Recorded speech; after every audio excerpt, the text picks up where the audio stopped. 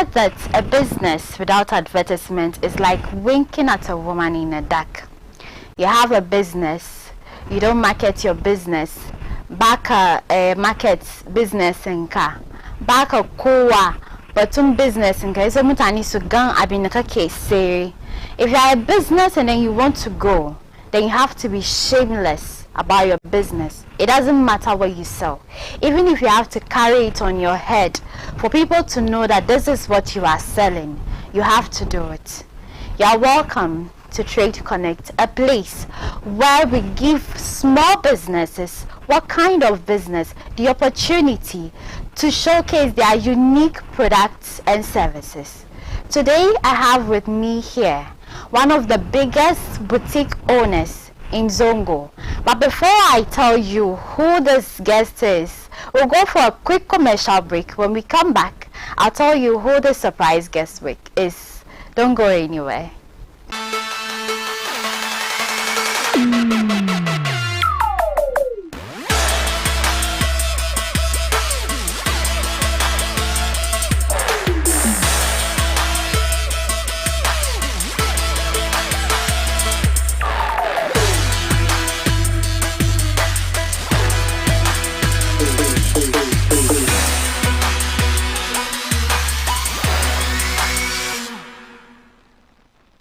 Are you a small business struggling to make sales? Are you looking to expand your customer base and increase your revenue? Then join us on Trade Connect as we provide you with the platform to showcase your unique products and services, from artisanal foods to handmade crafts, and from local services to innovative products.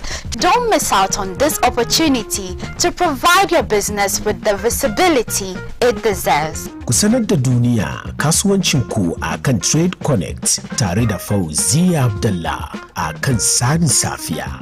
Don samun damar shiga wannan babban jirgin talla, ku tuntube mu a kan 0539487757 ko kuwa 0539475022. Trade Connect, weekdays at 8 a.m. only on Baina TV.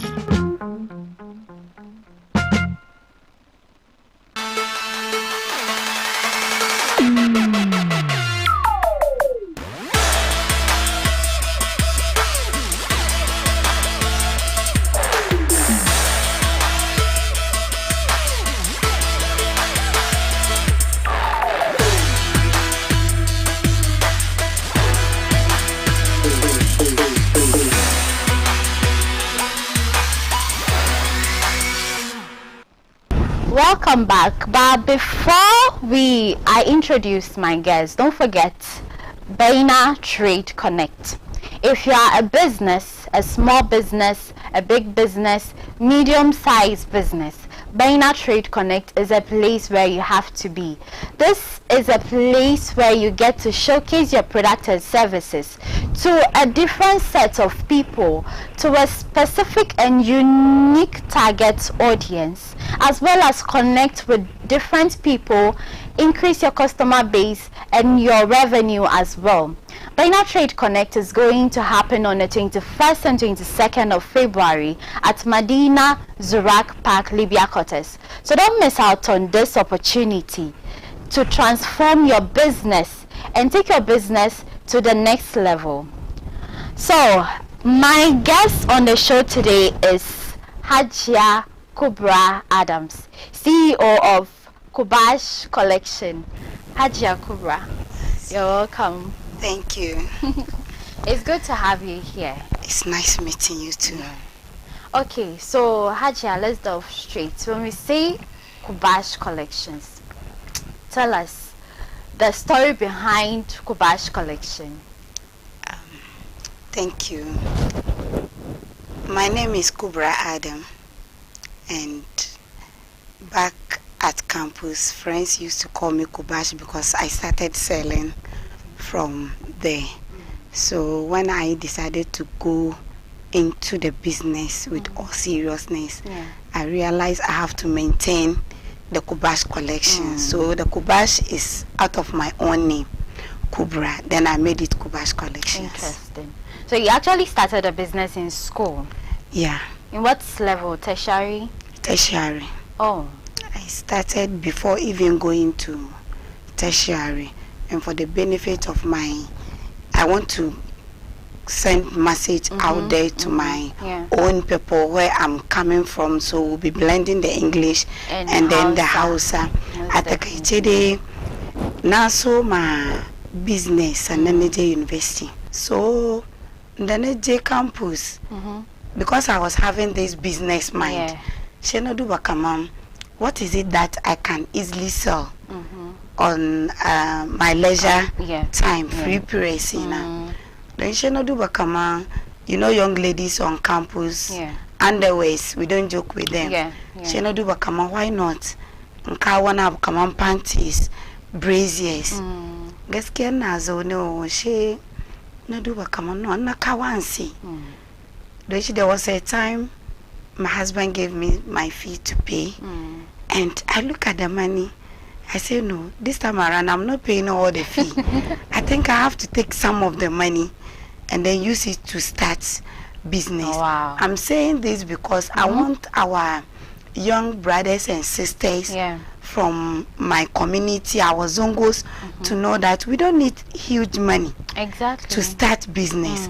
I think you have to idea. What do you want to do?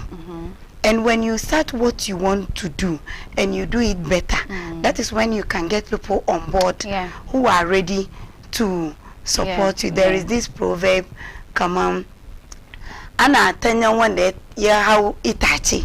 Not when you are down. When you are down, who knows what you want to do? But when you start climbing the tree, then and you realize that the road is becoming tough, then the people around will know that she has started the journey. Why can't we support her? So that is how I started. So I went to Togo with just 50 Ghana cedis. Wow. On my polythene bag. That was which year? That was my first year. Okay, that was my first year on campus. Yeah, your first year in which year exactly? 15 years now, so you can just imagine where I started from. Is it 2012? Yeah, around 2012. Yeah, around that time. Thereabout. So I brought 2 dozens of panties and braziers, and I realized the business is booming. So after selling those panties and braziers, Shana decided, come on, no, nakawa ansi. So why not? So I started going back to Nima to talk to people who were already in the business. It's Aja, before we continue, shaking Che, time they can fire business, coming, Kishiga, Tesharin, show and time shaking our age. Come on, Shana 24. Okay, so now 24. Yes, that's not 24 years. Wow. Nasoma. The shaka nasoma. The shin the neje university no do wakama na ye you one up. She neche why not? She no so mo no look at ma na iPhone. Yari na kama 3 months. Na samu admission. So I was a businesswoman, an SM mother, a wife, and a student. Wow. So I was able to combine all these 4 things. You see. To do. Thanks to my lectures on campus.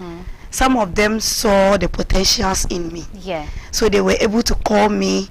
That was our final year to talk to me that the business I started small, especially my lecturer Sheikh Sibawi.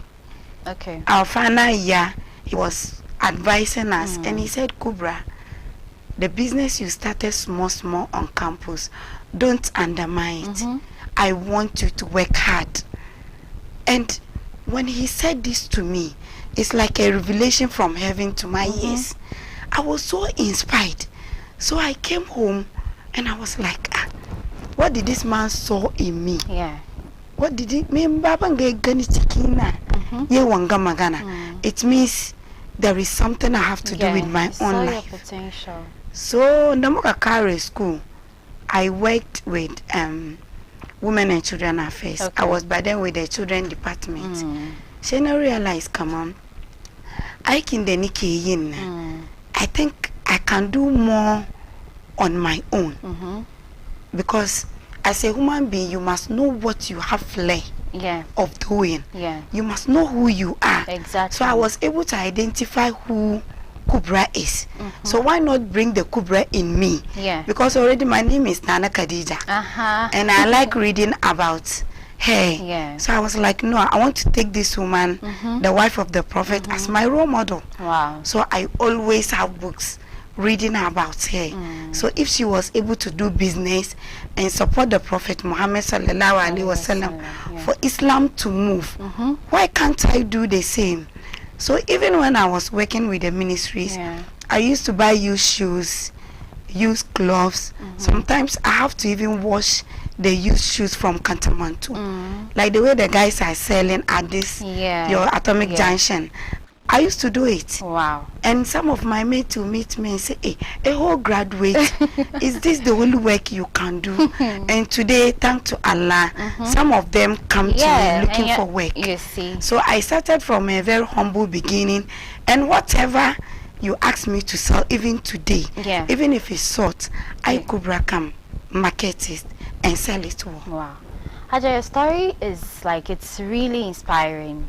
And if there's something I've learned is the fact that, you know, nothing can stop you the moment you set your mind to it. I mean, it doesn't, whether you're married, you are schooling, if that shouldn't stop you from pursuing your dream. Okay, and like I always say, doing your own business is like, it's the best relief and freedom you can ever have as a woman. Okay, so Haja, let's continue. So let me take you back. Like, what exactly inspired you to, you know, to do business, to want to do business? Okay, you know, I faced some challenges in life. I don't call it difficulties. I call it challenges. And people may get me wrong. I enjoy when I'm challenged. And I bring new things up when I'm challenged.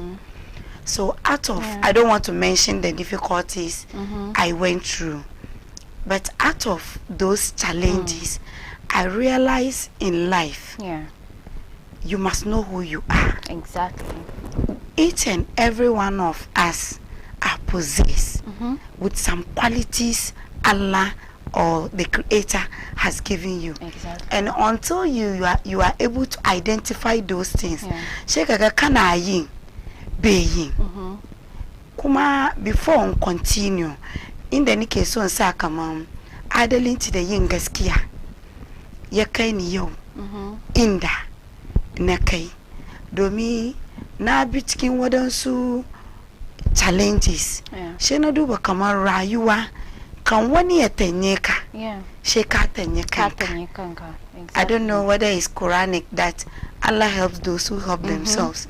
Baka zo na kace Allah yi mini kaza, Allah yi mini kaza, she kana expect bisa ya bari, expecting the entire heaven to bisect into two, and money and business to fall on you.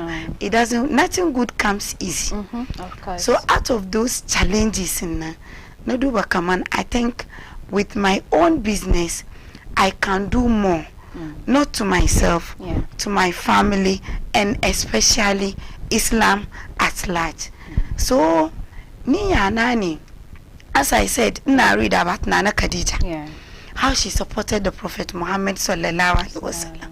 So as a Muslim, naga kama komin da zaka yi duniya, whatever you want to do as a Muslim on this earth, the Quran says, I don't know whether it's Quran or Hadith. I stand for correction. وَمَا خَلَقْتُ الْجِنَّ وَالْإِنسَ إِلَّا لِيَعْبُدُونَ. That we are not created with jinn except to come and worship Allah. So in everything you want to do, I think you put Allah first. Of course. This thing I'm going to do, am I going to support Islam? What is Islam going to benefit from me? What am I doing to make sure I raise the religion higher? Then you descend it down to your own self, then your family, your extended family at large. So I realized with the business, I can do more to my community, to my religion, and to my family as well. Wow. Haja, your story, like, It's so inspiring. It really is. I have learnt a lot. We haven't gotten anywhere, but I've learnt a lot. I don't know about you at home. But with this, we're going to go for a quick break. We're going to be back and then we'll continue with Kubash collection. Do stay.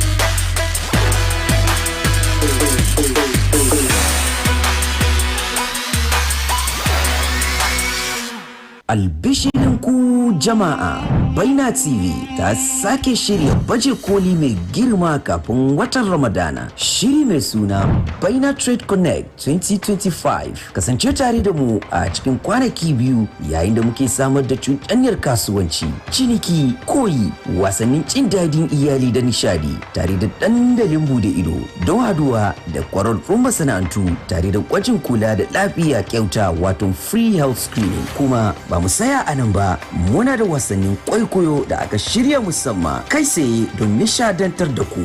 Don haka ku sanya alama a kan kalandar ku na kwana 21 da kwana 22 ga watan Fabrairu shekara ta 2025. Za a gudanar da wannan shiri ne a Zurat Park da ke anguwar Madina, Libya Quarters. Kada ku rasa wannan babban dama ta zinari don ɗaukar kasuwancinku zuwa wani sabon mataki, gano sabon sumfura kasuwanci da hanyar sadarwa tare da ƙwararrun masana'antu. Baina Business Connect. Allah ya kai mu rai da lafiya domin samun wuri na nuna irin sabis da kuke bayarwa da kuma kaya da kuke sayarwa. Ku tuntube ni a kan wayannan lambobi.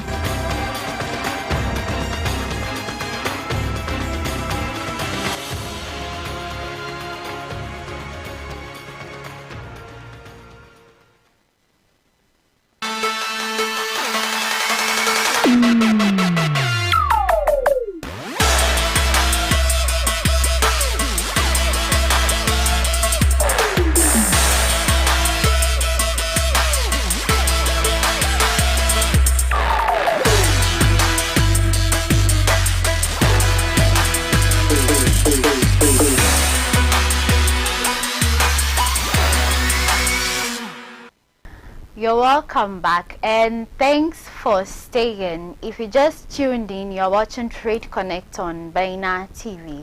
But before we continue, if you want to be featured on Trade Connect, you would like to come and then showcase your products and services, it doesn't matter what you do. Like I always say, a business needs advertisement. A business needs to be shown publicly in order for it to grow. So if you want to be on this show, then you can kindly call our marketing department on 053-948-7757, 053-948-7757. And don't forget Baina Trade Connect. Baina Trade Connect is the second edition of the Baina TV Trade Fair. It's happening live on the 21st and 22nd of February at Medina, Libya Quarters, Zurat Park.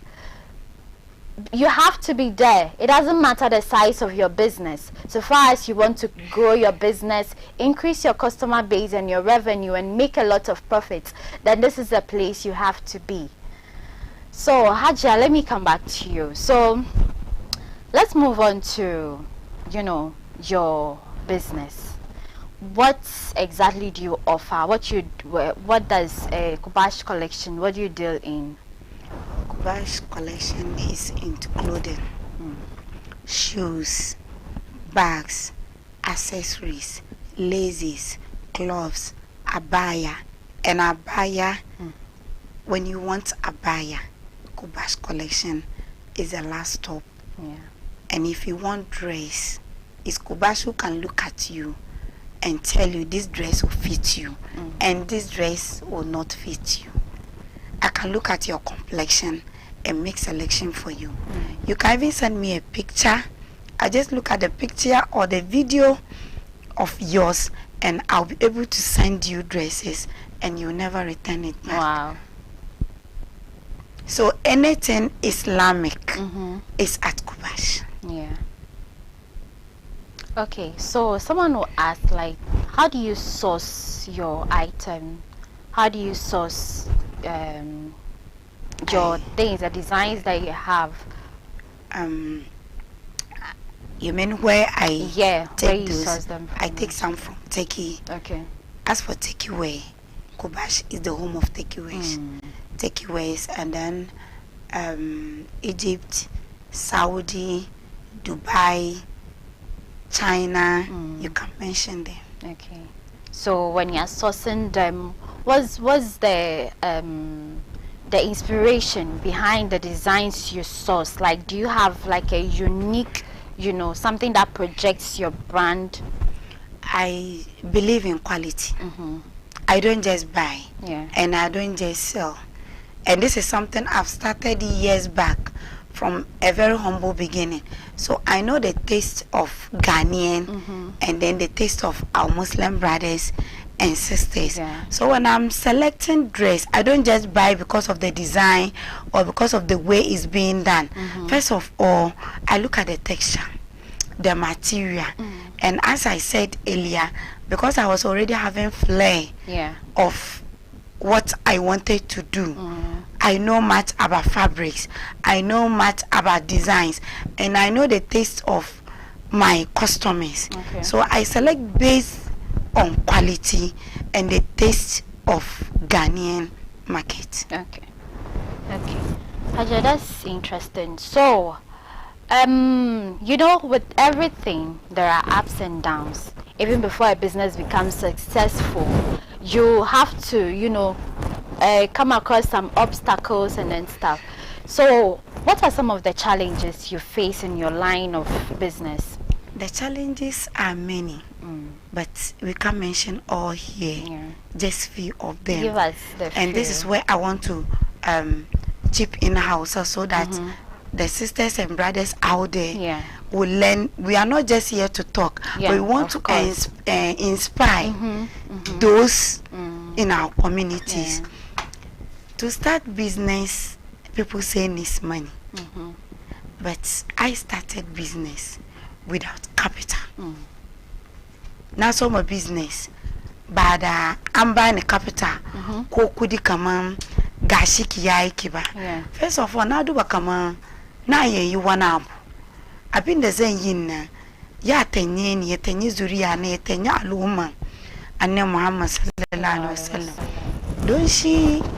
Then so ma, as I said earlier, come on, look at in that be ye pick.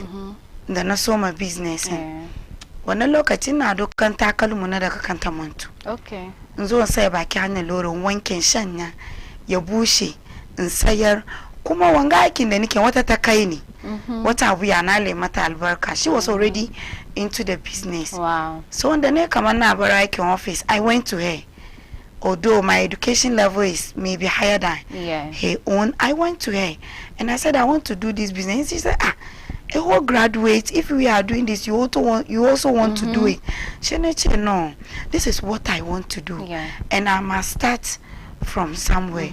So the first day I went to Kamanto, I think I was able to pick just 10 used shoes. Wow. I washed them, dried them, and then sold them.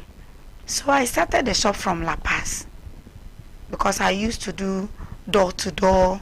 I was selling on my head, then I started selling in my own car. Okay. Then I go to door, then I had a shop. Alhamdulillah, those days the shop was able to grow well. Wow. Then there was this annual road the government was doing. There was a serious flood and the entire shop flooded. And I was about to but then move to Medina. So I came to Medina and then I started from zero. Wow. So na monga magana saboda mu san kaman kamu zo na mu ce aiki ya zo, arziki ya zo, kudi ya zo. Inda kake zaune ne me kake yin da rayuwanka? Ko da gishiri za ka sayar, gyara gishirin nan. Amma gida ka sayar, gyara shi kuma kai adalinci. Life without challenge is not life. Yeah. Kuma Quran wa inna ma'al usri yusra. Bayan kowane damuwa comes ease. Yeah, exactly. Do you see? And I keep telling the youth, there is no way you can make it in your comfort zone. And especially with those the elite ones coming up. Don't think because I'm a student, I'm a graduate, I own masters, I own PhD, you don't want to stoop too low for business. Yeah. No. And we are all seems to wait for white collar job. Yeah. Nina zo ni baba na ba officer bane. Ma na ba officer bane. Ba wani family na da tashi zo body minister ko president. So the thing is who you know. Yeah. Banda kowa. So dai baka da kowa akwai abin da kai maza kai ka zama wani abu. Yeah. If you are nobody today, will you sit down for you to also create a family of mobile kowa? No. Make something out of your life. In challenges in yezo kagane kamamba is all part of life.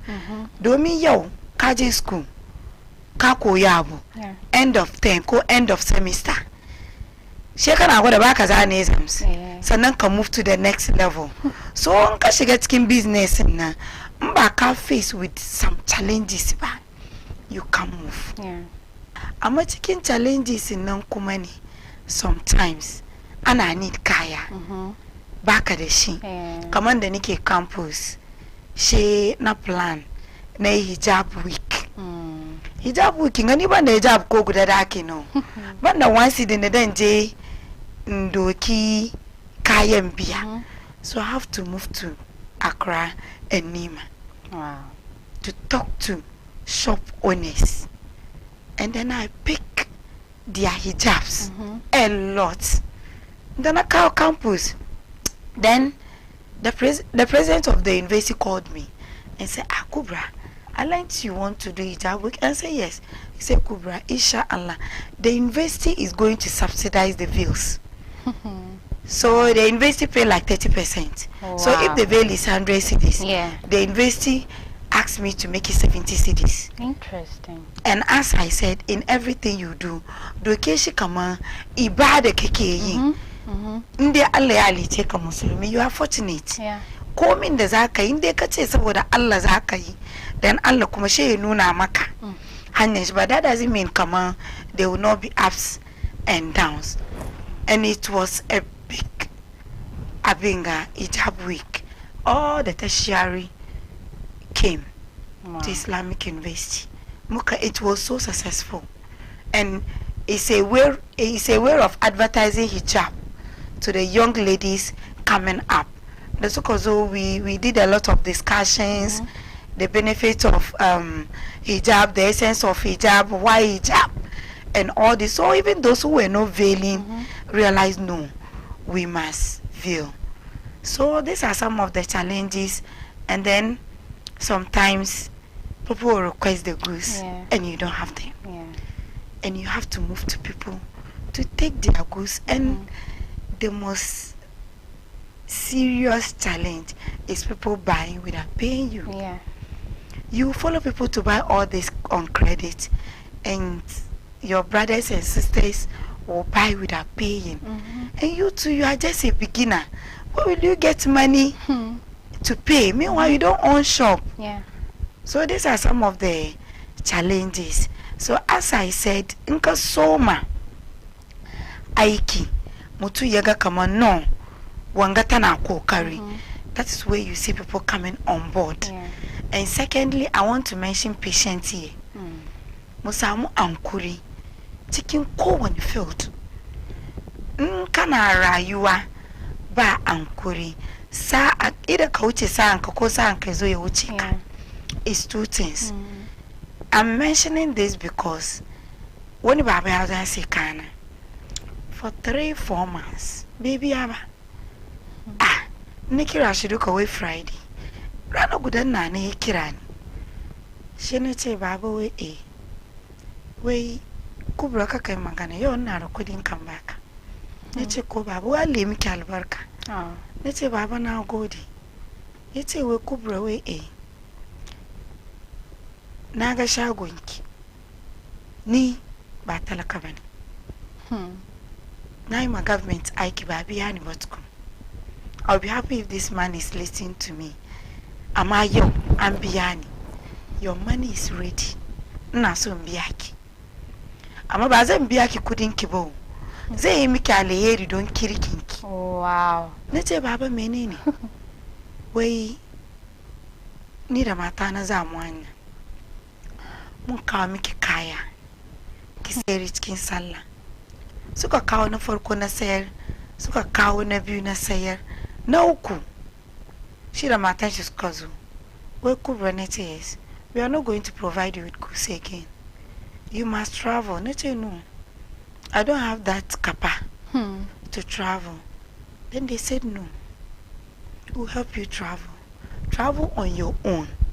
Bring your goods and sell it. I said, for what? They said no. But then, couldn't those days with me was 20,000. Interesting. They asked me to use that money and travel with it. And anytime I'm ready, I bring their money back. Wow. They want me to travel on my own and bring the goods on my own and sell. So in fact, I started traveling with their money. Wow. So would they just couldn't the Nasamuma and it was the wife of this man who used to guide me. Go here, travel to she sometimes even connect me to people international to deal with. So these are some of the challenges, but I don't call them challenges. Those challenges are in to train you to make you who you want to become, unless you don't want to become a successful person. And as I said, you can't make it in your comfort zone. I can't mention some of the challenges here, otherwise we'll all end up crying in this studio. So this is just a gist of it. Your story, you know, is one of resilience and perseverance, you know. Yeah. But our time is limited. So Haja, wani na song kayenki. Kina seri online kuma. Yeah. Okay, so give us your social media handle. Okay. Yeah. Kuba's collection na kan North Legom Libya Cotes Road. Na just opposite Zurak Park in the Zakuyi trade program Exhibition. Kuma na kan TikTok, Facebook, Instagram. Nka jede kache Kuba's collection. Kuma the shop is on having a network. Nka na son kozo kakatembe ko just Google Kuba's collection ubani ya kawo ka. Okay. Halitkin shagon na. Okay. Kuma we have a lot in stock. Okay. Things that you don't even imagine we have them.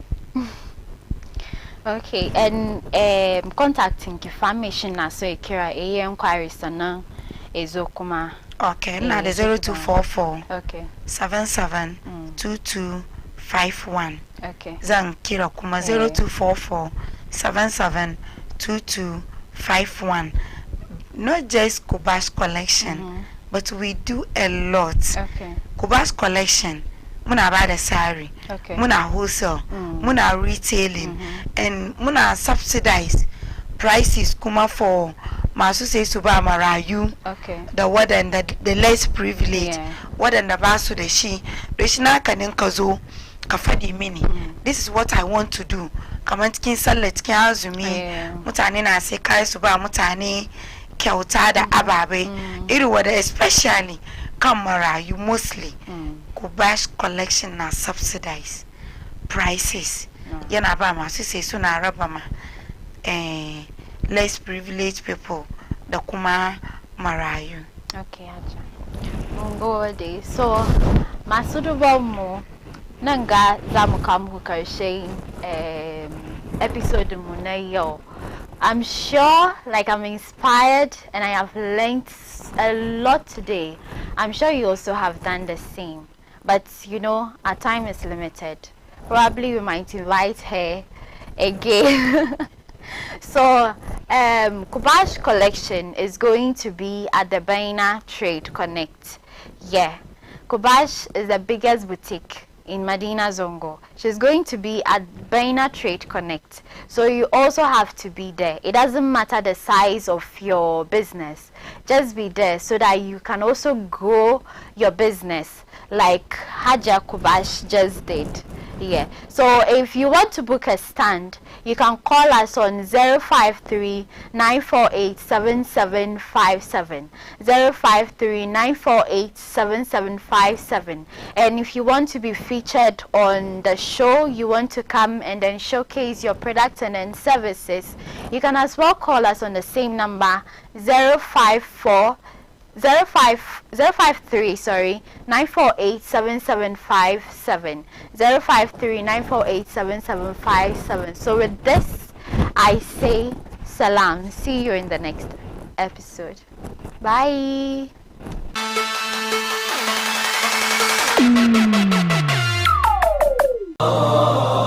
Assalamu alaikum wa rahmatullahi ta'ala wa barakatuhu. In san zai ai salamu moragar nan kurkan lawargo. Allah hido kan Baina TV na sambo rashe kanti inga ka ta warashe programu kan shiga ne addina fahamu warashen na raka warga faham.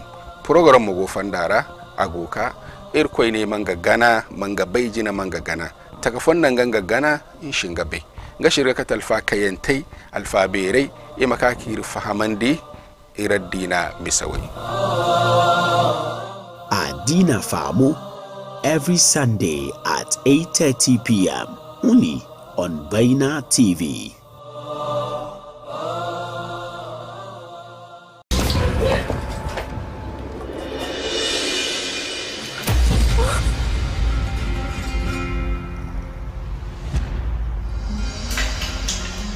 Vendetta. Auren dolin Dilan da Baran saboda rikicin jini.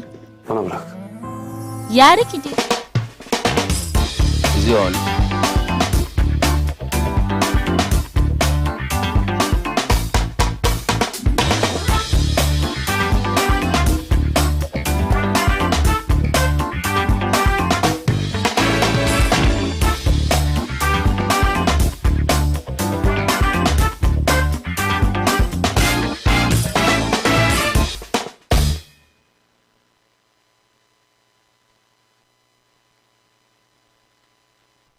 kallo barkamu da dawowa a kan shirin nan na watan siyasa.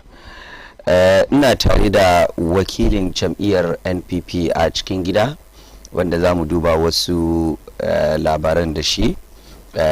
Ina tare da watan Honorable Abdullahi Ali. Honorable, ina kwana ya komai da komai. Masha Allah. Ya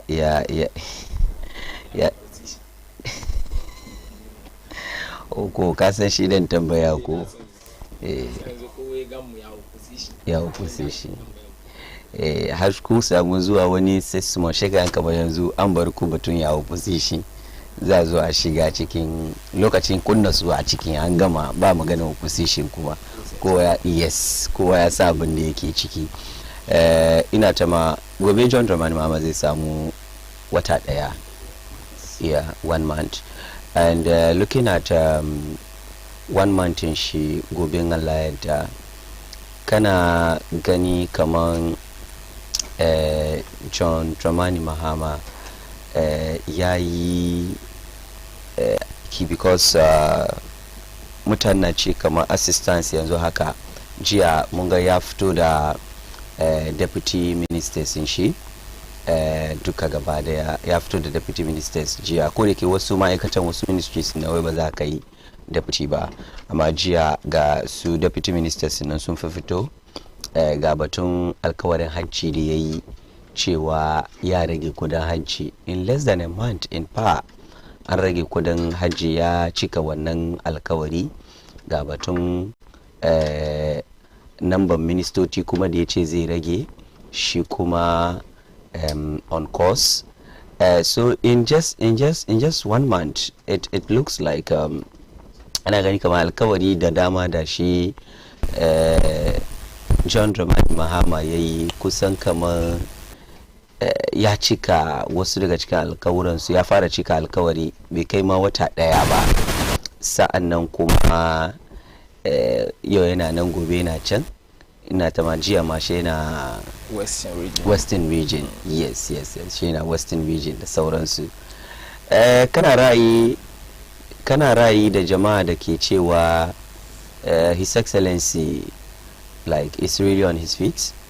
A farko ina gaida viewers mu duka wayanda yake kusa da nisa da suke duba mu da safin ga na ce musu kwan lafiya, sannan kuma constituency executives mu na Ayawa su East duka tun daga chairman har zuwa na karshen su dukan na gaishe su, sannan kuma members ambitious patriots for Bawumia na gaishe su dukansu, na gaida regional executives da national executives sannan kuma da shi a flag bearer mu na 2024 election candidate mu kenan Dr. Alhaji Mahmudu Bawumia da mutanen NPP duka na gaishe su, sannan kuma na gaida mutanen NDC kuma saboda yan wayen mu ya zai na gaida su duka.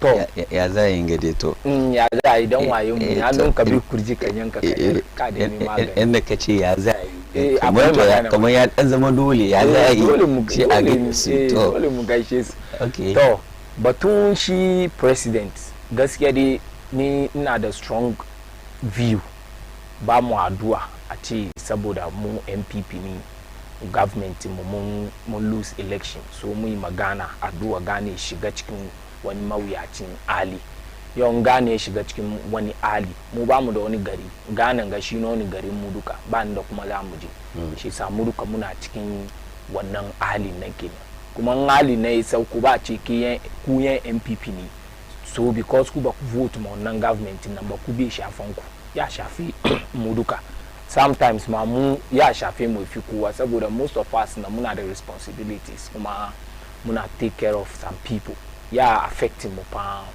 amma chi president mu His Excellency John Mahama to me ba wai opposition aspect ba be starts very well ba why abin da sana ce be start very well ba akwai wadansu daje election akwai wadansu policies ko ce promises in da maybe government za ka yi which is not key an san kamar wadannan promises na at the end of the day akwai wani external body da ke regulate wadannan promises na so at the end of the day majority of the people of Ghana whether you have fulfilled that promise or not na su be affecting su yo misali iza an ce mini kamar maybe president ya promise kamar they appoint system ministers based on government shi very as soon as she come big in a so lenient government to which he is not going to fulfill that promise buy up fulfill wannan is a political gimmick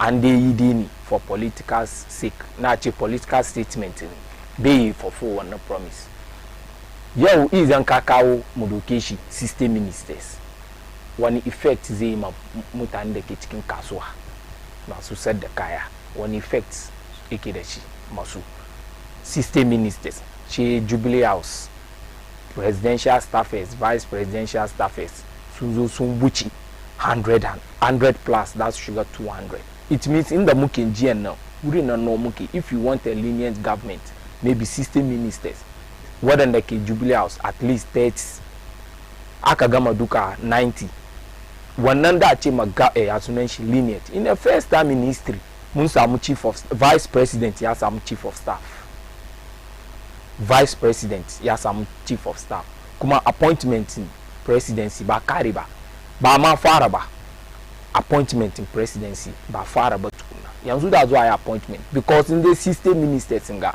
yau deputies in the ji aka kawo kaman 13 sannan akwai wai minister of state in charge of ya sunan shi with public sector reform me da reform public sector wanga minister of state nga kawai that of presidency that presidency yanzu aka tun 1 month nga da ifara appointment mutane shi ministers da sauransu ministers of state yanzu aka sun kai kaman 4 or 5 yanzu aka the presidency muna da wannan ake cewa wai ya sunan shi advisor to the president in charge of 24-hour economy advisor to the president in shi aiki shi dai ba da advice kan batun 24-hour economy watan ga mutu an ba shi fi musitano an biya shi taxpayers money kuma ka promise kama lenient government it means mun je ko mun zo inda muke nan wurin nan muke sometimes Robin Peter to Paul Kane that's all kaga sometimes Ghanaians NDC soon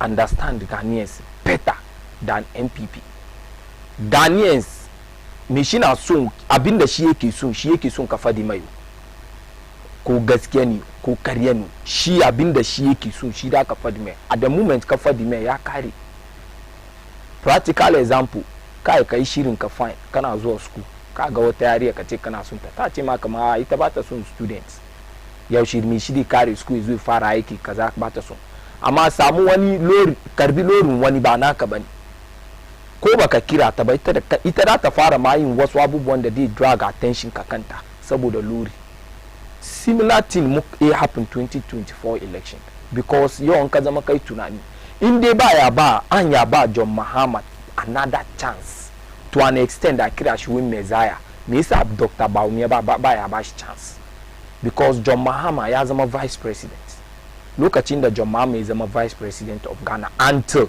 cikin July da late president ya mutu aka san John Mahama ya zo aka sunan shi as president vice presidential seat na wani wangeyi wani ya sunan shi nce kamar wani achievement ya kawo magana baka ya kai wannan comparison na because wanga ya yi 3.5 years as a vice president wannan kuma ya yi 8 years as a vice president sannan kuma da za kawo shi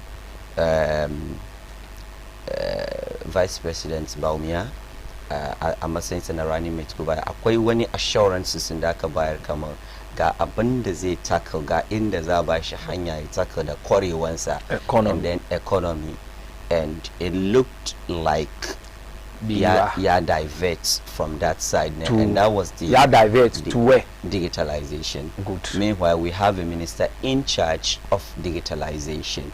Can understand that. So why do we have a ministry in charge? If Bawumia was very good or is good in digitalization, ba vice president ya kamata a kawo shi ba da ya kamata a kai shi ministry na digitalization. So it was like a section of Ghanaians were disappointed in the sense that you promise us rice, serving us rice, and then later kakao mana jollof certain yasunenshi Ghanaians in the cave section okay suka feel yasunenshi disappointed now classify 99% of them are from the Zungu community.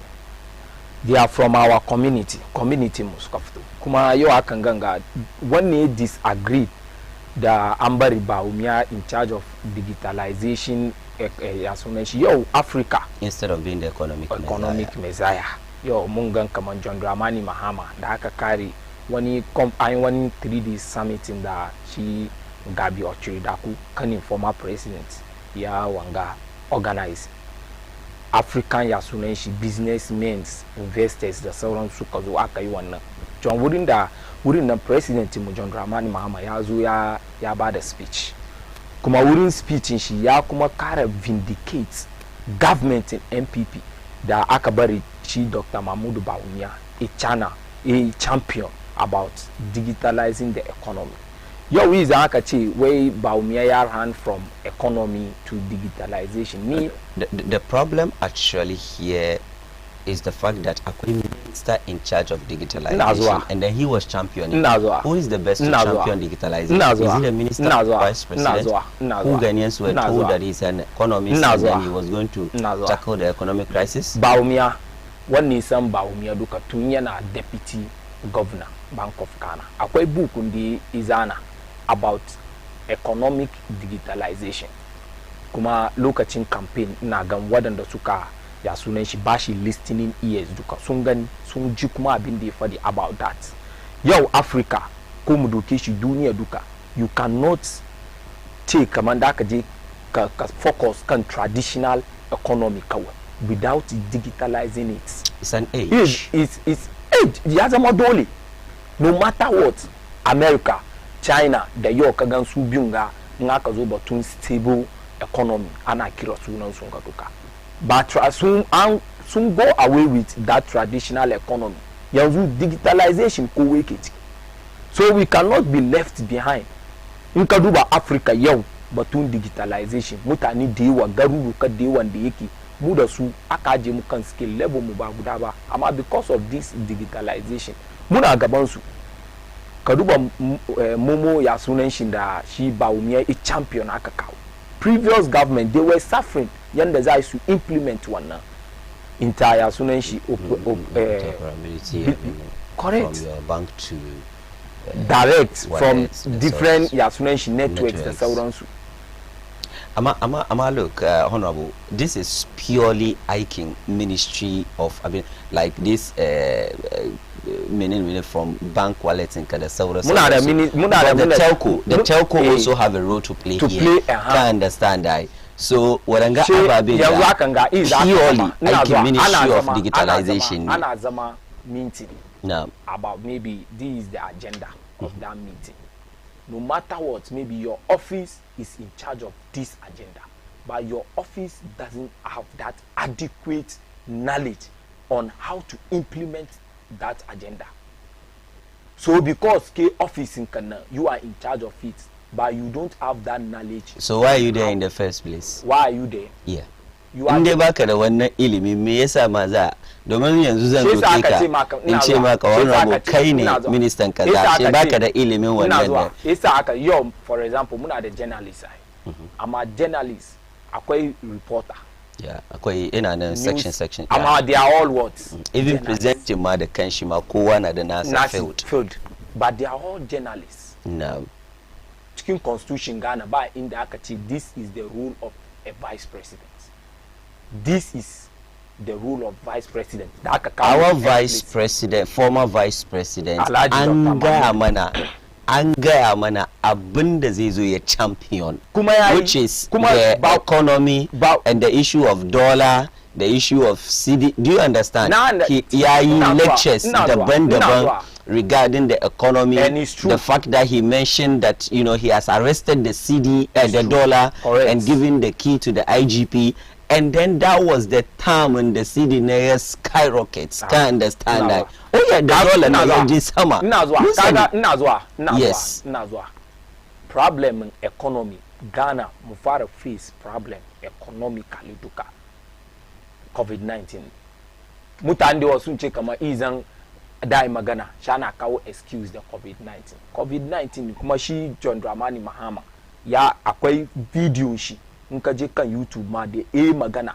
At that time he was former president. Somewhere 2022 African Summit aka South Africa. John Mahama ya magana batu impacting the COVID-19 ma global economy.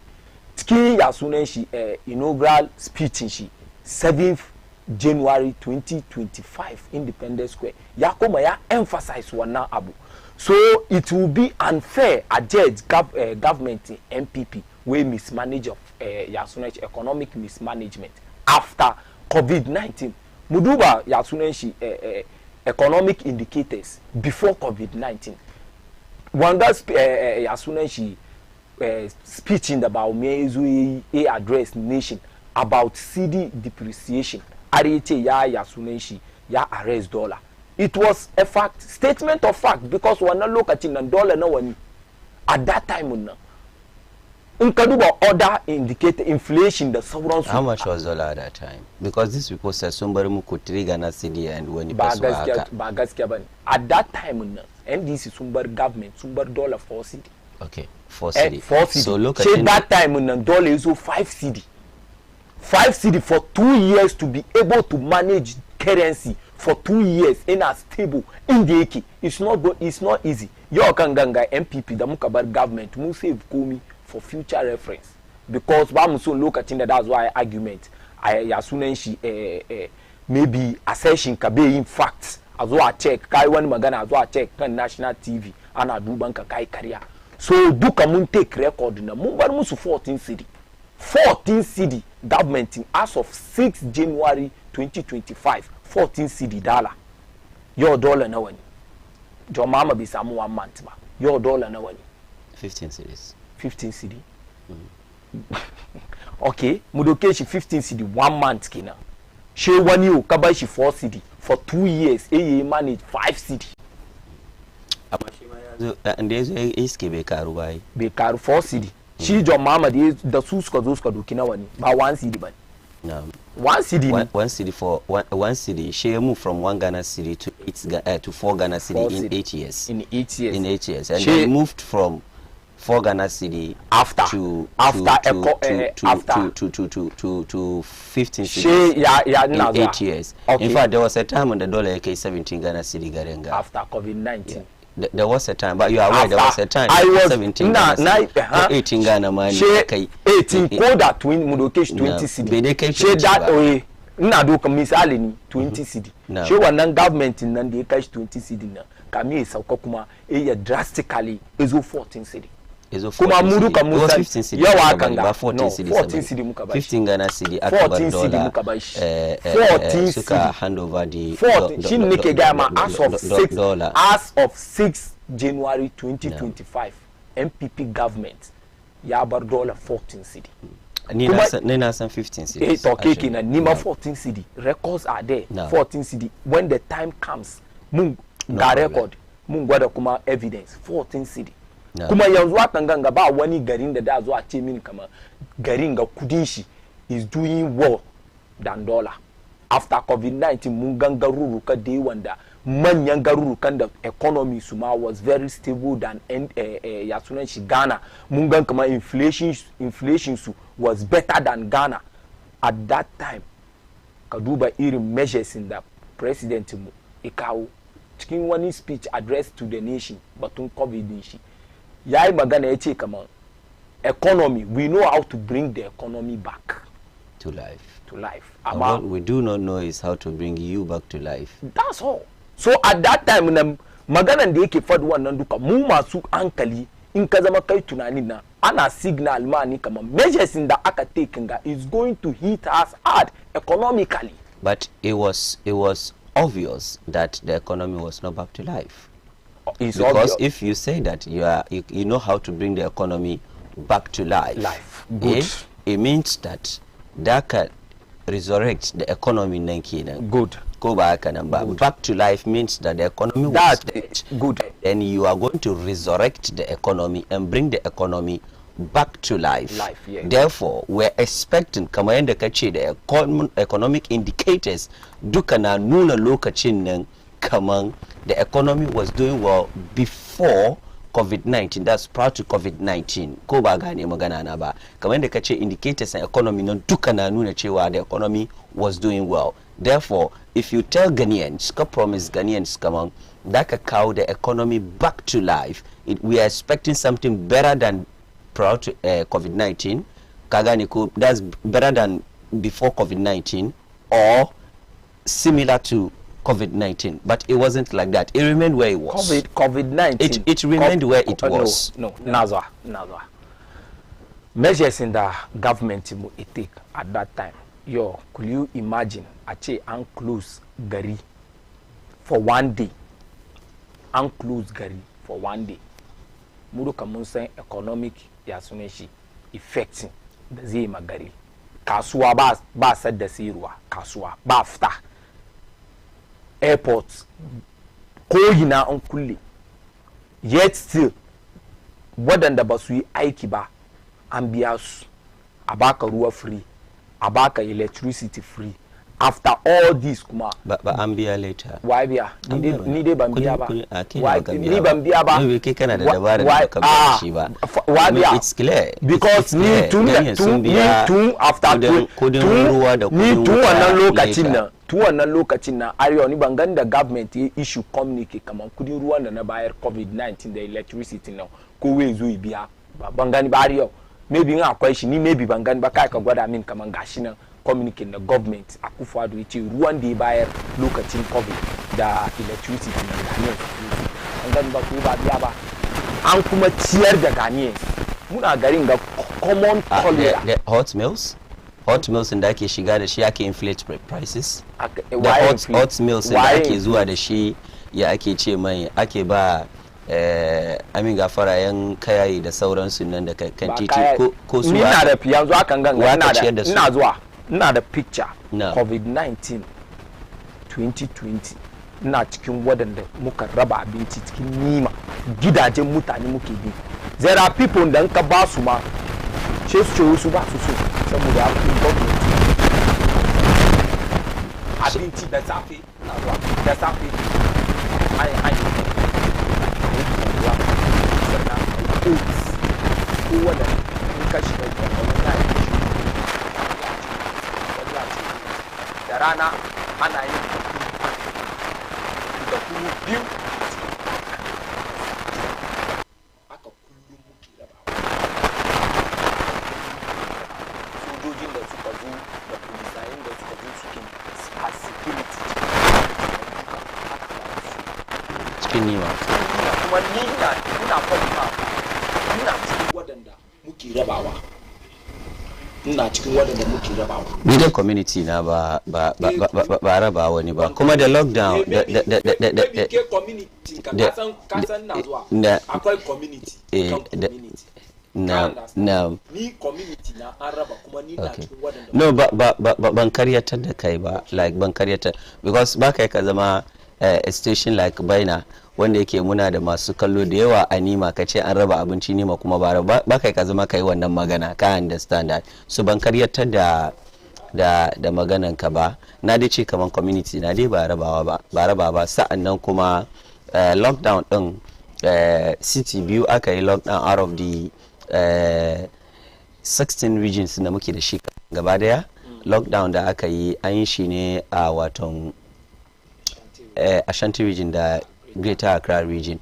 Mun san of course these are manyan cities da yake akwai ka understand yes, but the issue is that alkawari da aka yi mana kaman za kawo da economy nan back to life na shi muke magana shi kuma abin ganga ya ji yi kama abu nan da yake ba wai kaman wani ya samu upper hand irin kaman kasan so da yawa irin wani na fadiwa yanzu wani ke tasowa.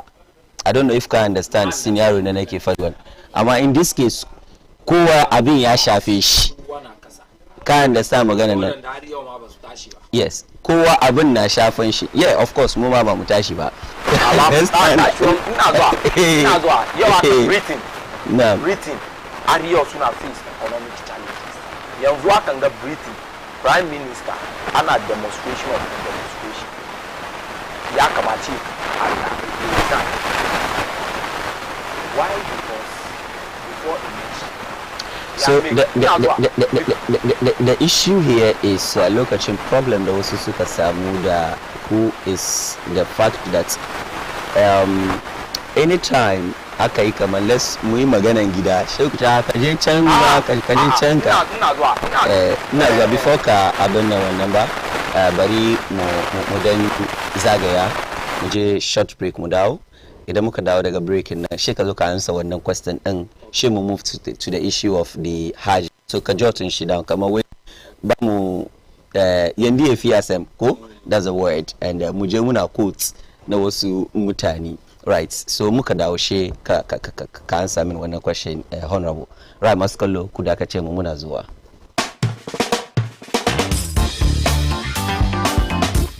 Get ready for the biggest pre-Ramadan fair of the year. Baina TV introduces Baina Trade Connect 2025. Join us on the 2 days non-stop action of business networking, trading, learning and entertainment, featuring an open forum to connect with industry players plus a free healthcare screening. And that's not all. We've got family fun games to keep you entertained throughout the exhibition and many more. So mark your calendars for the 21st and 22nd of February and be a part of the biggest exhibition of the year, happening at Zurak Park in Medina, Libya quarters. Don't miss out on this golden opportunity to take your business to a new level, discover new products, trade, and connect with industry professionals.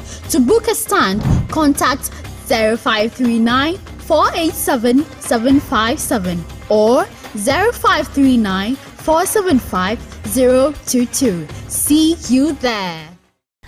Are you a small business struggling to make sales? Are you looking to expand your customer base and increase your revenue? Then join us on Trade Connect as we provide you with the platform to showcase your unique products and services, from artisanal foods to handmade crafts, and from local services to innovative products. Don't miss out on this opportunity to provide your business with the visibility it deserves. Ku sanar da duniya kasuwancinku a kan Trade Connect tare da Fauziya Abdullah a kan Tsarin Safiya. Don samun damar shiga wannan babban jirgin talla, ku tuntube mu a kan 0539-487757 ko kuwa 0539-475022. Trade Connect, weekdays at 8 a.m. only on Baina TV.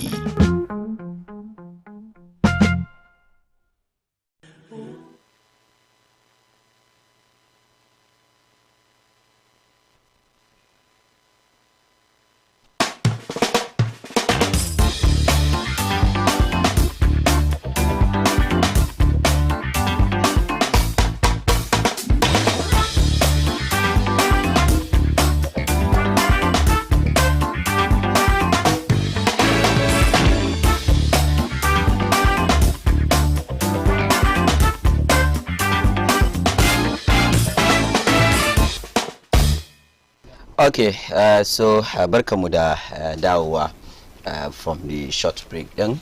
Honorable Abubakar Abdullahi Ali, before mu tafi akwai tambayan da na yi maka na cewa lokacin ana ce muku kaman a zuwa duba economy gida, shi kuje kuna quotes, kuna references da sauransu. Maganan na is very short. Abin ya faru mu ce annoba ne, disaster, kuma ya affect kowane gari duniya. Ghana is not an isolated country da ce mu ba mu ya mu make reference to other countries. Yau rayuwa, cikin rayuwa kida kanka kana duban wannan ke gaban ka, shi su ka motivate ni kanka kenan. Waɗanda ke gaban mu ba abin na yayi mi ya affect su manyan garurukan da har yanzu wadansu su ma yanzu haka ba su ya sun tashi ba. Your Britain, muna zamanin ga mu duka muka samu passport in Britain, visa ma kawai alhamdulillah. Amma da sunan sun da mu muke wish ma muna wurin nan kenan suna have problem. How much more mu Ghana? So abin na ya affect mu ba wai political statement ni muke yi saboda Ghanaians so have sympathize da mu kama gashi kaza ba. Kuma based on that na an punish mu. Ghanaians sun punish mu 7 December suka punish mu, suna gan kamar Messiah ya zo from one ya sunan shi 10 cedi, maybe ya zo ya zama 1 cedi da sauransu. So in government ko governance, especially politics mu, so da yawa inda ake gane gaskiya shine when you lose election and then opponent ka yazo, in kana da gaskiya ana ganewa, baka da shi kuma ana ganewa. So I think time will tell. Yeah. So inda ake gane gaskiya a cikin politics ko kwa governance kenan, ba san ko ka yadda da na yadda da ke yasa da kace time will tell, na ce time will tell. Inda ake gane gaskiya kenan inda ka lose election, opponentin ka yazo, in kana da gaskiya din time ya zo ga yasa she mu bar abin mu ba lokaci. Mu duba batun haji, of course ba mu tashi ba mu duba batun hajj first, and Collins Dauda yayi magana cewa ko wani 81 million bashi da kuma aka bari da kuma ragewa da aka yi. Masu kallo muna tare da Honorable Musa Ali na NDC. Honorable, ina kwana? Lafiya lau. Na jiya kamar na ganka wurin conference hajji nan ko ba kai wani? Wurin ma na dai zo ni briefly shi na wuce ban sai ba. Issues. Issues. Yanzu na akwai issues da yawa kwarai. Yasa ka gane a time ya very limited. Ana kama wurare. Shi sa ana buga shi tafa kadan ne. Government in power. Ba ga ya sunan prime minister na. Wani prime minister, mu ba mu da prime minister. Ba mu da prime minister. Bawa military. Agan ta zana way is not easy to ya sunan shi to govern ba. To serve. wannan is a fact. 25 million Ghanaians na duka na for yesterday it was easy. Those there are incompetent. No, you see, it was easy yesterday. Jiya aka yi wannan hatch I mean meet da aka meet press da aka yi sanarwa na prices and hajjin before that ma tun Monday muka ga an fara wasu press release musulmai sun fara cewa sun fara nuna damuwa wai a fito musu da price and hajji as to whether shugaban kasa ya rage price nan da meye da sauransu mun fara jin wasu speculations da sauransu na zuwa kamar abin ba zai yi ba da sauransu 30,000 Ghana cedi shine kudi da aka rage a nan in ka duba a cikin dollars is 4,130 US dollars aka wato rage.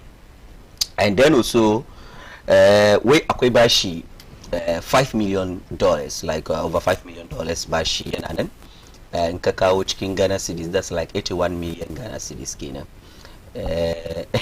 bashi da yake akwai a hali da ake ciki kenan wanda yake shi Alhaji Collins Tauda ya ce za a yi kakkausar bincike akan wannan a duba wannan kudin nan ina ya bi ko da ke sun gwada wayanda suka zo akwai bashi na nuna inda aka sassaka wayannan kudaden ka gane ko ma za su kara bincike akan wannan al'amarin. Honorable Musa Ali, bari in fara da kai tun da is coming from your governance shin duba ko Honorable Abdullahi yana da soki ko sharhi akan. Assalamu alaikum warahmatullahi ta'ala wa barakatuh. Wa alaikum salam. Ina isa da gaisuwa da viewers in Baina TV. Allah ya taimake mu. Abin da ke ciki ne na kai gaisuwa zuwa chairman Olabode Williams. Na ji yana cikin aikin party bai bari ba har wa yau. Allah ya kara mishi. Je shi ma shi bai ganni ba. Insha Allah. And then Honorable Baba Jamal kuma yana yi party kokari sosai duka dai muna fata Allah ya ba su good places cikin party. Kamin shigo na ji kuna batun wani abu related but I'm not clear. Ya min kamar yana game da shanin COVID. That's if I get the sense. Actually because of lokacin da nake so da mu concentrate. Anything na zo kan haji na but 30 seconds. Anything related to COVID excuses ba gaskiya bane.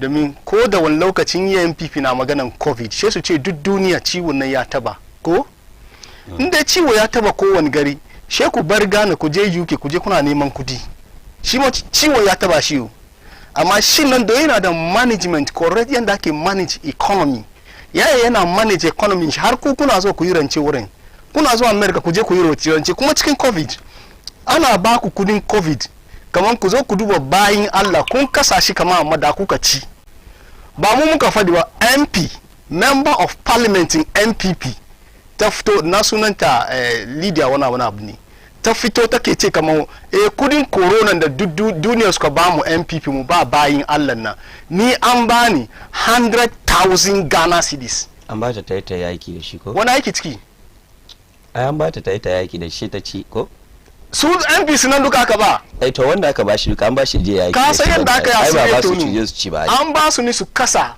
su da party members su ne ba su yi ma jama'a da ci ba party ya ba su ni su kasa su kaga corona da zo garu ka uku aka dibiya ma Accra Kumasi da Takoradi right no Takoradi was there being yake ce mai lockdown no lockdown Accra da Kumasi kawai Accra da Kumasi ita Mpinga if I can google the name tana northern region so northern region da corona no akwai corona amma lockdown na ne ba yi wurin ba yes lockdown na kuma was a way to curb the issue na kar ya spread too much because in karba two cities ga Accra Kumasi ne shi abin yake abin nan sosai wurin kuma ne movement yayi yawa ka san yanda aka yi in ka yi lockdown Accra da Kumasi in ka yi lockdown Accra da Kumasi of course it's zai shafi Ghana gaba da yani domin ba kai komai ba because mutanen na fito bolga su zo tamale yayi wait a minute idan kai ni I remember lokacin lockdown shi na somewhere in the eastern region very close to Accra ka understand wannan wuri shi ba lockdown eh amma ba kai ka shigo Accra Yes. because there was lockdown in Accra yes shi sa corona bai shigo wurin ba ya shigo shi sa mutane amma wurin ba ina su gwada fix. kama life ya zo ya affect har wurin ma kana gani kama akwai lockdown That's ne. it. Shi yasa in dai an kawo kudi turawa Yeah. sun kawo kudi su ma corona ya kama su suna mutuwa muna gan kan TV. She kuka kai kan shi bara she suka sa muku millions of dollars. She kuka zo ka kasa shi kuna ci bayan Allah na wahala. Ka san karshe yanda suka yi da kunu suka sai suna ba ya kira da kuma shi da kunu da na suna binga sadin.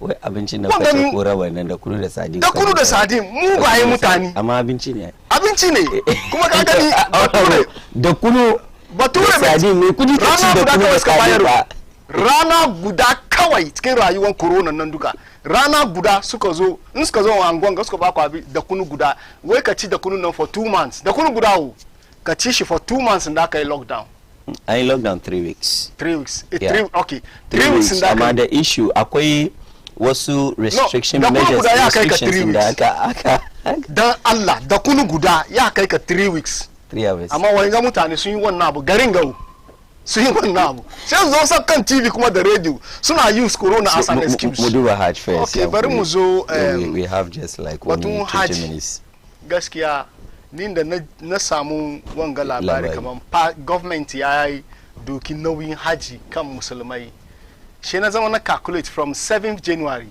har zuwa yau that is we are getting to 4 weeks ba mu samu gobe 4 is weeks one ba. month inshallah Yes. Shi sa shi na ce mun samu Christian vice president no, from 7th January the 4 weeks ne ya kai on the Ya kai 7th. Tuesday no 7th is 1 month yes actually 1 month you know 4 weeks is Today 28 is 6. days yes 4 weeks is 28 days Yes. ka gane ko Yes. 1 month is ina difa wani 1 month mana nan 31 days ne whatever the case may yeah be amma gobe 4 is weeks 7. nan ya kai shekaran jiya I on a Tuesday aka swear shi Yes. president in ko Yes. it was on a Tuesday Yes. yeah so 4 weeks nan was shekaran jiya ya samu 4 weeks in office let's even say 8 but weeks yeah but jiya ba in Allah ya da gobe zai samu 1 1 month month. yeah shi na ce Christian vice president Professor Nana Ajimapuku the Christian president sun doki 1 month sun yi abin da musulmin vice president cikin 8 years ya kasa yi shekara 8 1 year 2 years 3 years 4 years duka ya kasa yi na shi ne su yi ta karawa suna kara muna kudin hajji but they argued about the quality of Hajj the quality yeah you see quality of hajj in the Ghana zai samu quality of hajj it was under the NDC Ghana samu quality of hajj shi yasa su sun zo ne suka zo suka kwanta kan tabarman da NDC shin fida abinda su suka yi kawai ne su kara kudin hajj kowane shekara shi suna kara mun yi da ku ba kun ce ba ku vote mu ba mun yi da ku yan zango shi suna kara kudin hajj yau cikin wata guda an samu Christian president John Mahama ya zama yayin nazari look inda John Mahama ya alkawali kaman zai rage kudin haji suna zaune gefe bai musu dadi ba wai bai yi so let's look at the amount 13,000 Yes. aka rage ciki yanzu a biya 62,000 Ghana cedis mutane na argue kaman amin gafara masu bin bayan bango kamar yadda ake faduwa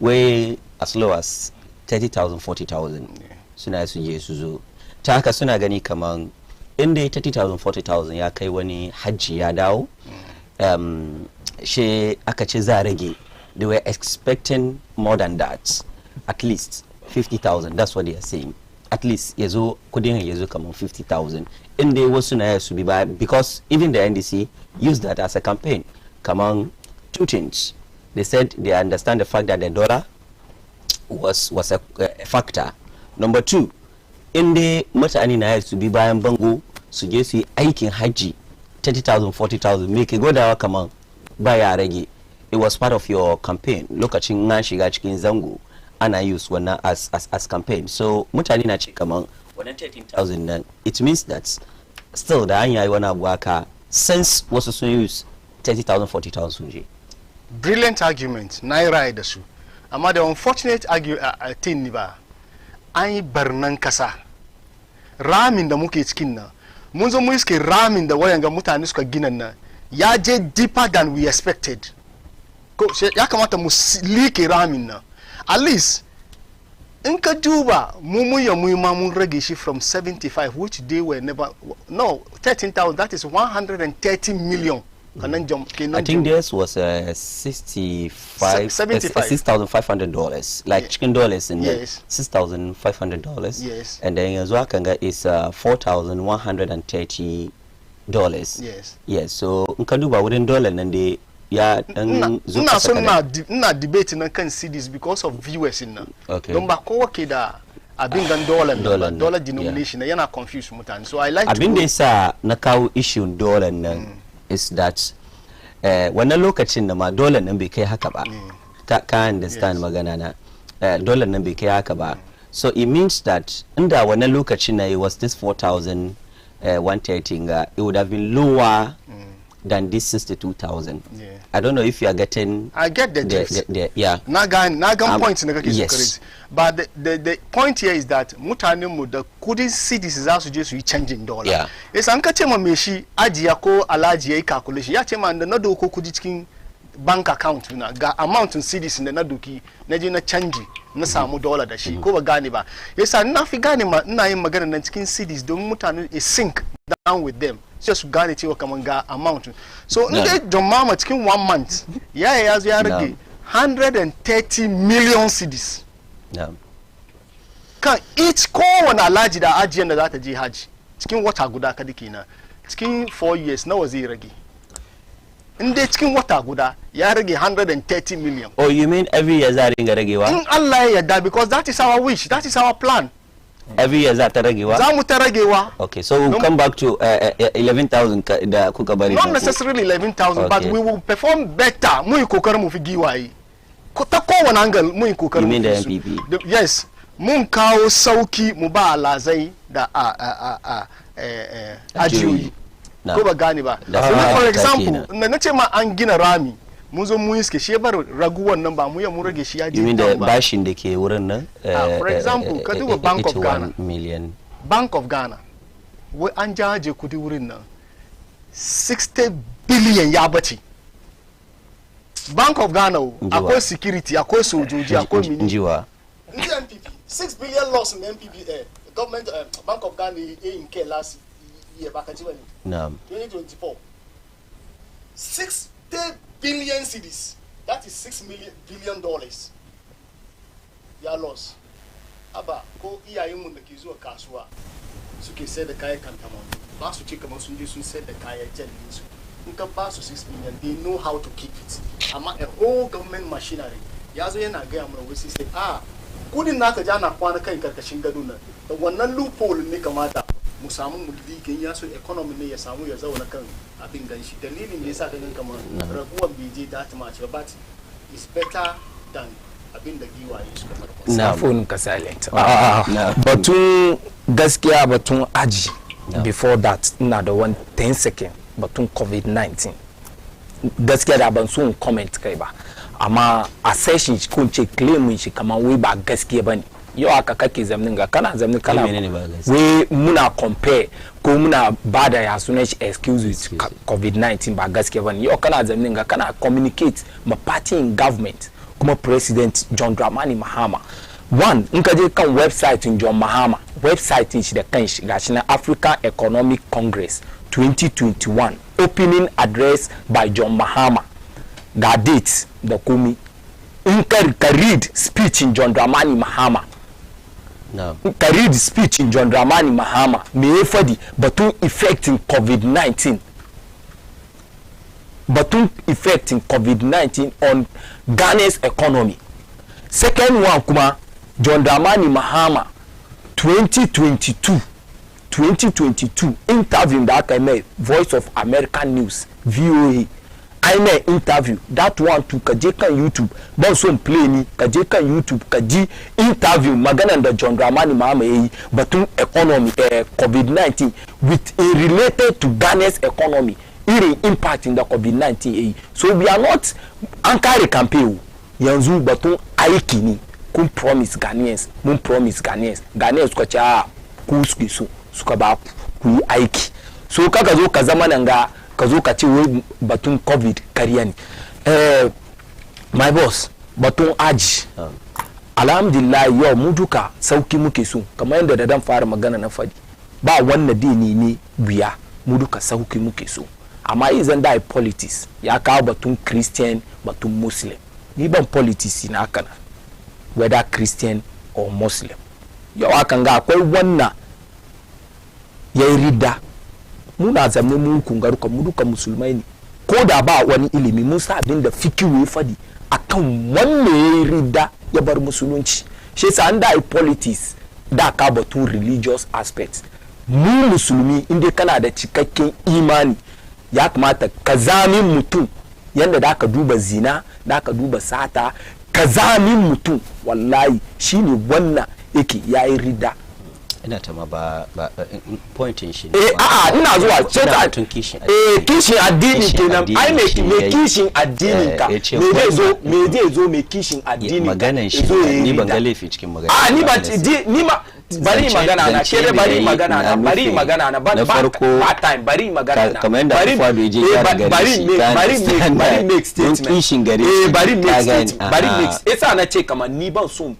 politics ana kawo religion na'am because he's and mu fadi ai akwai wanda don kana quoting shi wrongly honestly ba quoting shi wrongly ba ban taking shi wrong ba ina fadi wani inde akwai Christian da dai doki 1 month kaza musulmi kaza no kan mu entertain wannan sam in ba ka ba maybe wani kuma zo wani magana da zai tada kan batun aji sun kokari sun rage aji to 62,000 Ghana cedi. We are the 15 Ghana cedi. 15 ya sunan shi dollar rate aka ji a Shamima ta zo ta fadi. We so an rage aka da ne. Like 15 Ghana cedi to $1. Yeah, to $1. Ya rates in sun kokari. Sun rage. Amma ai ba alkawalin da aka yi da Ghanaians ke musulman Ghana. Wani alkawali aka musu. Speech in John Dramani Mahama on the 6th of December 2024, a day to election, ya ce in Allah ya yarda ya zama president of Ghana to the people of Zango 55,000 Ghana cedi da rage kudin aji. Akeji is on record. Kuma inda ka vindicate akwai wani malami Northern region ana ce mai wai Sheikh Abu Dujana ya zo ya emphasize wannan har ya zo ya compliment John Dramani Mahama. So honorable mentioned kama an ta ragewa gradually. Ai dama magana da nake faɗo ai mu addu'a mu kenan. Allah sa ya zo ya kai ta wani lokacin da da su rage kamin su sauka 4 years nga ya kai inda da je aji 2,000 Ghana cedi. She ku zo kara ku. In ka 2,000 Ghana cedi ka je aji. Amma yau ai akwai rigan force da rigan boutique suru ka menene rigani na gode rigan force da rigan boutique kana maganan quality ke suru ka menene rigani ai kai batun quality aji quality je kaga yaya na ni na farko kinan kuma senior na ni politics yanzu aka yana rike da wani position the whole ayawa so is shine communication officer NDC so ya kamata communication shi is different from the normal NDC people on the streets. Yo, muna kan national television. Don't be communicating as if we are still in political season. Mun wuce wannan an tambaye ka direct question. Kana batun way quality, way kuku ka kawo quality a MPP menene. What quality? We kun ci albarkan for the first quality. Time, for the so first I don't see wani matsala cikin wannan da nayi quality wai ai su ne suka kawo quality ne. Shin da kuka ga kamar akwai quality sai ka ci bari mu kara kudi domin kudin da suke biya nan bai kai wannan quality ba da abin da ya fadi in a first place no ya sunan shi lokacin MPP alazan mu ba su zuwa maka su zo suna complain wurin abinci no wurin ema ba su complain muna garin ga aka yi ma mutane miyan kwakwa daga maka aka ci ana ta zawo alazai suna zawo mutane nawa ni na aji village wannan shekarar mu na ta aji ina aji village sun sauko irin tsofaffin mutane da aka doko su da sa su ambulance a wuce da su hospital 2015 in Ghana here so ana batun quality ba batun quantity ake yin ba. Allah dai ya taimake su abin da suka ce da su yin ga Allah sa a yi aje a yi aji lafiya sami lau a komo a zuwa yabe su. Amma batun wai sun rage aji an subsidize ni government ya yi kokari each person ya doki nauyin $2,000 nauyin mai shi cikin wannan ana ce ma wai public subsidy wannan corporate mu taxpayers money no da biya da shi tax da biya shi no da biya da shi amma ai kokado argument nan sun ce to inda ya ka me yasa mu lokacin mu ba mu yi ba. That's the question that they will ask. Ba kai ka san lokacin kwance wai an doki wannan ko aka doki party faithful saka kai su haji assumption su kenan muna garin ga wace ba mu ya kwashe mutane dama muna garin ga mun ga mutane ba mu ya kai mutane suka je suka yi mai saukan Qur'ani daga hajji aka yi mai saukan Qur'ani ya win elections. Ba da labari ni ko da muna zuwa ko da baka da labari ban da labari muna zuwa ko da ban san na kowa ba akwai wanda yake na kusa da ni ne eji aji from the Ministry of Finance eji aji ni da shi muka je da dan wan mu guda deputy youth organizer muka je aji village mun je mu karbi passport particulars din su itashi. Could you imagine it's not coming from the government? Minister of Yasunen Finance ebia mai ajin nan Minister of Finance ebia mai ajin nan kuma yau ganga kudin shi ebia mai ajin nan yau akan ga bawo me be doki mutanen gari okay so wannan kuma shi kudin bawumiya of course kudin aljifun of course mutanen nawa ake kai umura yau government nga suka zo NDC suka zo ga da aje ajin ga an ce min wai party faithful su ba su zuwa yau ka je cikin zangwannan mun manni da yawa ba komai suke neman government yi musu ba wa ba kai su aji ajin da kai su free na kudin nan da fito gwamnati da biya aha so ba su zo su ce muna kamar ba umiya ya kai mutane kudin Ghana ya doki ya kai mutane ya sunan shi aji su ba su zuwa su yi wannan ya so an subsidize ni batun bashin da suke faduwa wai su sun bar ma ya sunan shi sun zo wani ina fira an bar wani rami aka bari to Allah as for me this level of communication an wuce wurin nan 81 million Ghana shi ne ke fadi mai this level of communication mun wuce wurin nan su da suka zo ina zuwa da su suka wuce mu muka zo ba bashi MPP government kuma is a common knowledge ko waya sani 2016 mutane 450 sun biya kudin aji 450 suka biya kudin aji ba su je aji ba 2016 lokacin NDC equivalent to 23 million Ghana cedi ya kai da wadannan mutane 450 2017 da muka zo that 450 nan duka government MPP ya make sure kamar dukansu sun je because wannan 23 million Ghana cedi nan ya zama bashin government ni ina wannan kudi bi kaji aji board ko wani MPP isa kuma kun gaji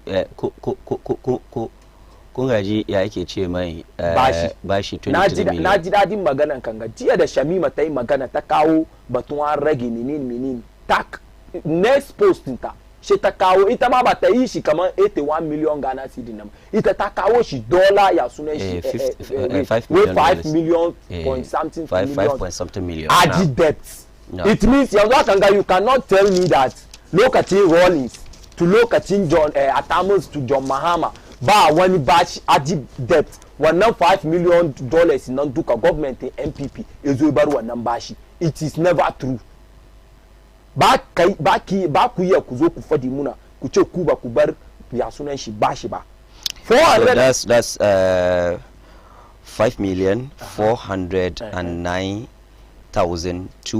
5,409,526 dollars in ji Shamima kina that's the reporting that official communication ni kasa ni Shamima na follow ta pa nisa ni wannan ma news na from here ni na ga news na fara ganshi wurin mutane da yawa so ba kai ka zo ka zama nan ga ka zo kana magana kamar an bar wani rami an bar kaza wannan nan duka lokacin campaign kuka yi wannan kuka deceive mutane suka vote muku so it's time for action. Ramin da aka bari nan Ghanaians na sun ga ramin nan shi sa sun san kuda ko bari yanzu kan honorable wait time mu ya kusa so bari ba ka in kana da riba ta shi kai quickly dan wait time mu ya kusa dan wa da zai fara ya kawo 30 seconds barin use rida ya fahimta abin da ake ce marida ba wani leader da ni na sani na sai na so ya refer to His Excellency John Dramani Mahama. Ni ban kira suna ba. Na sa abin da campaigning da kuka yi aka ba ku 38%.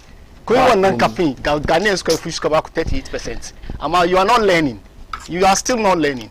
John Mahama tun yana yarantaka Allah ya bashi hikima mai ilimi ne da aka nan she pastor ya adopting shi. At the time da John Mahama zai bar musulunci be mature be balaga ba. Rida bai kamu wanda bai balaga ba. Yaron da bai balaga excuse me bari magana Rida bai kamu when the conversations yana bai kamu yaro no suna ba ya bari wannan kariyar da aka mata makale mu duba batun abin wani Rida wani yayi mene but the fact of the matter is that at the time da John Mahama ya bari gida ya je ya zama da pastor aka rene shi da pastor he was 5 years bai balaga ba 5 years boy bai san komi ba sai san ka zo ka zama nan ga kace yayi Rida it is your own problem. Now let's move batun haji na ce kamar mu muka bar quality domin da ana zuwa from northern region from kowane gari a zuwa ga mu Ankara nan ga wurin wankan kirki ba halajai ba su da shi wankan kirki ana dokan zani mace da kama zani nan guda da kama na tare sannan mutum yayi wanka don mutane na zubi kan park falala ko ba haka ba mun gano NDC muka zo muka gyara muka yi Hajj village ga yayi kyau muka yi ma mutane wurin wanka muka yi komai da komai yayi kyau yau kana zaune Kumasi ba sai ka zo Accra sannan ka je haji ba zaka fly ka wuce haji wannan abin ga duka mu muka sai sannan na ce ma quality mu muka kawo quality that is what I mean ramin da nake fadiwa dan Allah in ka bar kai kawo kana complain batun 23 million kamar NDC ya bar 23 million and then you are complaining sheken da zaka sheka bar 81 million sheka ce min ba ku bar rami ba dan ni da kai wai bar bashi even though I agree that 23 million da ka fadi ba ina son use so viewers su gane cewa kamar magana da kake nan ba shi cikin ba haka nan bane and then raguwan da muka yi ya zama nan ya yaba raguwan da muka yi amma trust me they understand what da ake ce ma social intervention ba gobe ya zo ya zama nan ya ce ma NDC ku kira muna social intervention guda da kuka yi ya zo ya zama market but this reduction ga subsidy da aka ba is a social intervention project ko ba gane ba amma sun zo su zauna nan ga wata rana su gaya muna kamar oh NDC bai yi yin social intervention ba ka kuma zo ka ce kamar wai an je haji an ci abinci ana zawo masa wani ya kai wanga abu bai taba faruwa ba ka gani a da time da NDC ke sarauta ana biyan haji 11,000 Ghana cedis 11,000 shi kai ka zo ka doke shi ka je da shi 12 13 14 20 23 25 30 40 50 75 da ni da kai da muke zaune nan ga yankuri ina so kare da ni da message ga tukuna second message na da ni da kai da ina so read kana disrupt na time na ni ka samu time ban zo ba ka samu wannan da gano ni ba time na ni yankuri bari ma kana disrupt na read me for view so yankuri bari ya sauka shi in shiga da shi kada so in dai ka zo ka zauna nan ga kana ce kaman ba ku bar rami ba kai gaske ba point the fact is that MPP is a waste of time. MPP abinda suka yi ni kowane abu suka bata abu she suna son su doki su kan Ukraine da COVID. In fact it is on record kamar sun je Ukraine da kuka ce kamar suna fada nan kun je wurin kun je kuna neman Syria. Okay ya kuri read me. Way Hajj first would be Hajj I will reduce Hajj first by $1,000 when I win, inshallah. Hajj first will be around 55,000 cedis. Vote John Dramani Mahama. Can't check source now.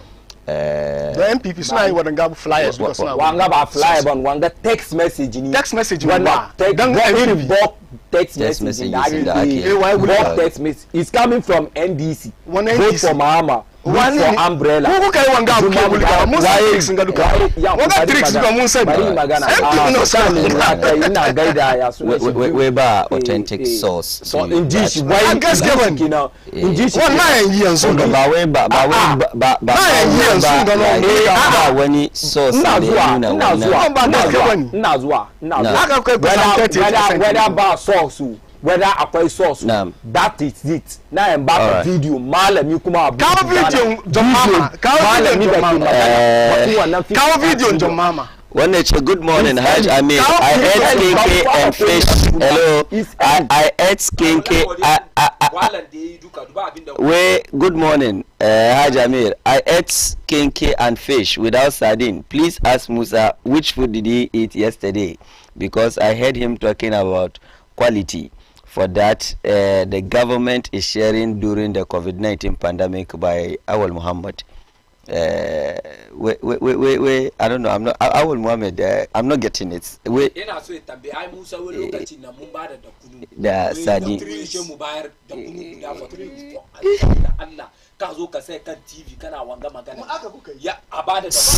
Okay, so Alasan Sisi daga Zenu Central yace well, good morning to everyone. The appointment so far so good, as young people are called to duty and they shouldn't disappoint themselves, let alone to disappoint the president. They should remember that the grassroots campaign with them, and they should give jobs to those who are qualified and deserve the jobs. They shouldn't use the positions to maltreat and deny inside opponents and opportunities of jobs when they come for assistance. Olabode Williams, chairman, Shima Echewe Amir, as a student of politics and also an astute politician who understands politics, Ghanaians would never attempt to vote for the NPP again, based on the hardship they repose on the good people of Ghana from 2017 to 2024. Amir, thank God President Mahama is fulfilling his promise. Just yesterday, Hajj fares has been reduced. Teacher training allowance would not be cancelled. 60 ministers fulfilled. Please tell my brother to cool down, because their flag bearer in the person of Dr. Alhaji Mahmoud Baumia is even quiet and praising John Dramani Mahama.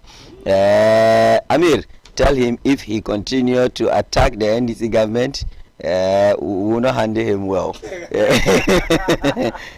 Kudos to Musa Ali. All right. So, all right. Natama messages in Nanki and share we time mweke. But you congratulate Honorable Yusuf Jaja. Yes, Deputy Minister designates for creative art and tourism Kenya. Yeah, tourism Kenya. Honorable Yusuf Jaja, MP for Ayawaso North constituency. Congratulations, Allah yataya kariko. All right, honorables. Honorable Maknaza Shima yazo inshallah kakadamu. Now. Okay. Farin ciki sosai ka represent mu a Yawaso, all the four Yawasos muna gani. Yawaso four Yawasos nan ne. All right, Master Sports is next inshallah. Bye.